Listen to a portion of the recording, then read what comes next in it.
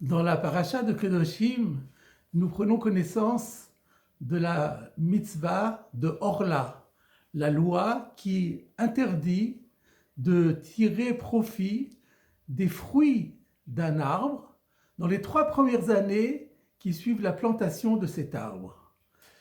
Et le verset introductif nous dit, quand vous viendrez dans le pays, au pays, vous planterez un arbre. Le tatem kol etz, kol etz machal, vous planterez tout arbre fruitier. Le Midrash fait sur ce verset un commentaire complètement inattendu et introduit le verset des Proverbes qui parle de la Torah et qui dit Etz Chaim hi la machazikim ba, la Torah est un arbre de vie pour ceux qui s'en saisissent. C'est-à-dire que le Midrash est en train de nous faire comprendre que, au-delà du sens simple du verset, il se cache une deuxième signification. Et là, l'arbre dont il est question, et il s'agit de la Torah, qui est appelée dans les proverbes arbre de vie. Et le Mincha Tani, qui est le Rabbi Yaakov Ettlinger de Hambourg, Altona, au XIXe siècle, nous enseigne que la source de ce midrash, c'est parce que le verset aurait dû dire « vous planterez un ou des arbres fruitiers » et pas « kol etz machal ». Ce mot « kol », tout arbre fruitier, ce mot « tout » est superflu, et c'est sur ce mot en plus que repose cette deuxième compréhension qui voudrait dire que lorsque vous entrez dans un pays, dans n'importe quel pays, et particulièrement en Eretz Israël, votre premier souci est d'y introduire la Torah et les mitzvot, et par conséquent aussi de prendre toute disposition pour installer immédiatement les structures qui favoriseront ce développement de la Torah et des mitzvot. Et le Midrash poursuit que les paroles de la Torah ne soient pas, à tes yeux, comme un père dont la fille est déjà âgée et qu'il souhaite marier. Et a priori, on ne comprend pas quel rapport avec la Torah dont il est question. Le commentaire d'Etz Chaim, qui est un commentaire classique du Midrash Rabbah, dit que, puisqu'on a cité ce verset de Etz Chaim, le Midrash veut expliquer pourquoi la Torah est appelée arbre de vie. Et il dit, ne croyez pas que lorsque Dieu vous a donné la Torah, c'était quelque part parce qu'il ne trouvait personne à qui la donner et qu'il souhaitait s'en débarrasser. Ce n'est pas du tout cela, c'est exactement le contraire. Dieu ne veut pas se désolidariser de sa Torah, et c'est simplement parce qu'il voulait vous faire un cadeau inestimable qu'il vous a donné cette Torah pour que vous en profitiez, parce qu'elle est porteuse de vie. Voilà l'explication du Midrash Etz Chaim, mais le Mincha Tani propose une toute autre explication. Il dit que le Midrash souhaite prolonger et inscrire cette nouvelle signification dans la suite du verset, dans le contexte de Orla.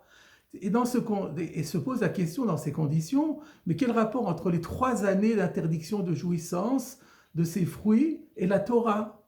Et la réponse sous-entendue est, dans la Torah, il y a aussi, comme correspondant à ces 3 années, il y a 3 interdits qui nous concernent dans notre relation à la Torah. Les 2 premiers interdits sont cités dans les Pirkei Avot, dans les Maximes des Pères, au chapitre 4, qui nous dit « Ne fais pas de la Torah une couronne pour te grandir, ni une pioche pour creuser. » En clair, cela veut dire « N'utilise pas la Torah, ne détourne pas la Torah à ton profit, soit pour t'enrichir, soit pour augmenter ta notoriété, te grandir aux yeux de la société. » Et Hillel va jusqu'à rajouter que celui qui tire profit de la Torah ôte sa vie du monde. Donc ça paraît quelque chose de très grave. Voilà les 2 premières défenses auxquelles le Midrash veut ainsi faire allusion. Et donc, c'est pourquoi le Midrash dit ne crois pas que Dieu se désintéresse de la Torah. La Torah reste la propriété de Dieu. D'ailleurs, c'est pour cela que le verset dit que c'est un arbre de vie pour ceux qui s'en saisissent. Elle aurait dû dire pour ceux qui la prennent. Mais on ne prend pas la Torah. On la saisit, mais elle reste la propriété de Dieu. Ce n'est pas comme un père qui voulait se débarrasser en quelque sorte de sa fille, la transmettre à quelqu'un d'autre. Il lui a cherché un conjoint, mais Dieu reste attaché à sa Torah, et la Torah reste avant tout sa propriété, et donc on ne peut pas l'utiliser à notre profit. Et la troisième leçon, c'est qu'on ne peut pas non plus s'approprier de la Torah dans le sens de se croire libre de donner toutes les interprétations que l'on veut au texte de la Torah et au commandement, et en fonction de ces interprétations, de les modifier à notre gré, à notre guise, en fonction des événements, en fonction de l'évolution, en fonction de nos intérêts propres. La Torah est un caractère sacré, intangible, absolu, et ça marche bien avec les fruits de la 4e année dont la Torah nous dit Kodesh Hilulim Lachem, ces fruits seront sacrés en l'honneur de Dieu. Eh bien, c'est ça l'idée fondamentale. La Torah est sacrée, elle ne nous appartient pas, elle nous est confiée simplement par le Saint béni soit-il pour que nous en fassions le meilleur usage.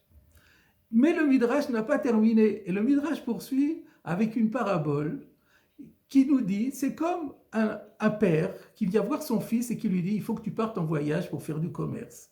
Et le fils dit, mais papa, j'ai peur. Si je vais sur la route, j'ai peur des brigands, des voleurs de grands chemins. Si je vais à la mer, j'ai peur des pirates. Que fait le père?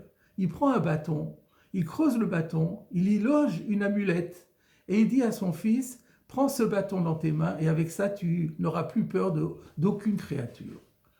Et là, on se pose la question, mais quel rapport entre cette parabole et le contexte de la Torah, le contexte de Orla dont nous venons de parler?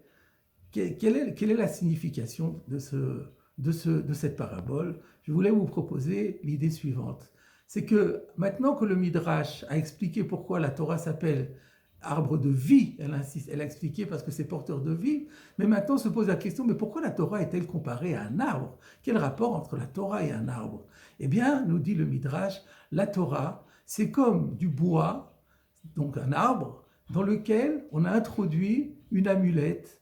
En d'autres termes, la Torah, elle a ces deux aspects, parce que les mitzvot ont pour objectif de sublimer, de sacraliser la matière. Et la matière est profane, mais grâce à la mitzvah, elle devient sacrée. Et on y introduit la sainteté. Et d'une autre façon, en fait, le monde entier repose sur la force divine, qui la sous-tend, mais qui est cachée.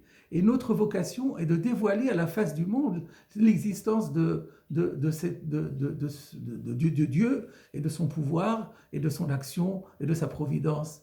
Et ainsi, la Torah, elle est comme du bois dont on a l'impression que c'est le bois qui fait tout, mais en vérité, ce qui lui donne toute sa force, c'est la spiritualité, la divinité qui est en elle. Ainsi la Torah, voilà pourquoi la Torah est comparée à un arbre parce que l'arbre c'est la matière, c'est la nature, et que la Torah vise à sacraliser la nature. Mais attention, c'est un arbre à l'intérieur duquel se trouve bien sûr la force divine, comme l'amulette qui en vérité est l'essentiel de ce bâton.